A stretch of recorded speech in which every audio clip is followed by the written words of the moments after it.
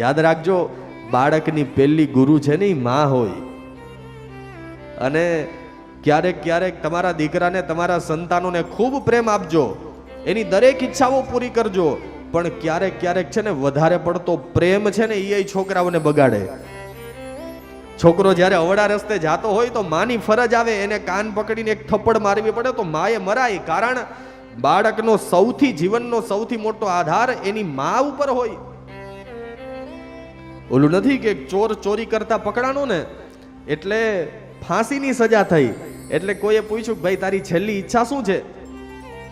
પેલા ચોરે કહ્યું કે મારી છેલ્લી ઈચ્છા ખાલી એટલી છે કે મારી મારી માને મળવું છે. કીધું કઈ વાંધો નહીં, છેલ્લી ઈચ્છા પૂરી કરવી છે. એટલે માને બોલાવ્યા. માં આવી એટલે ઓલા છોકરાએ માની પાસે જઈને એના નાક ઉપર બટકું ભર્યું.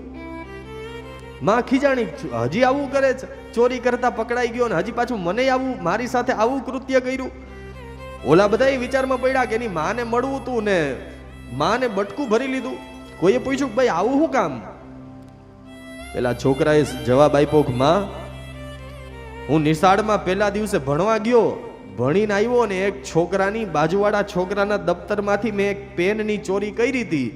પેન ચોરીને લઈ આવ્યો ને માં મેં તને કીધું ને કે આ પેન બીજાના દફતરમાંથી ચોરીને લઈ આવ્યો છું. તે દિવસે માં તે મને એટલું કીધું તું કંઈ વાંધો નહીં, આને સંતાડીને રાખી દેજે, કોઈને ખબર ન પડવી જોઈએ. જો તે દિવસે તે મને એક થપ્પડ મારીને કીધું હોત ને કે આ પેન પાછી દઈ દે તો આજ આટલી મોટી ચોરી મેં ન કરી હોત. ક્યારેક વધારે પડતો પ્રેમ છે એ તમારા સંતાનોને બગાડે.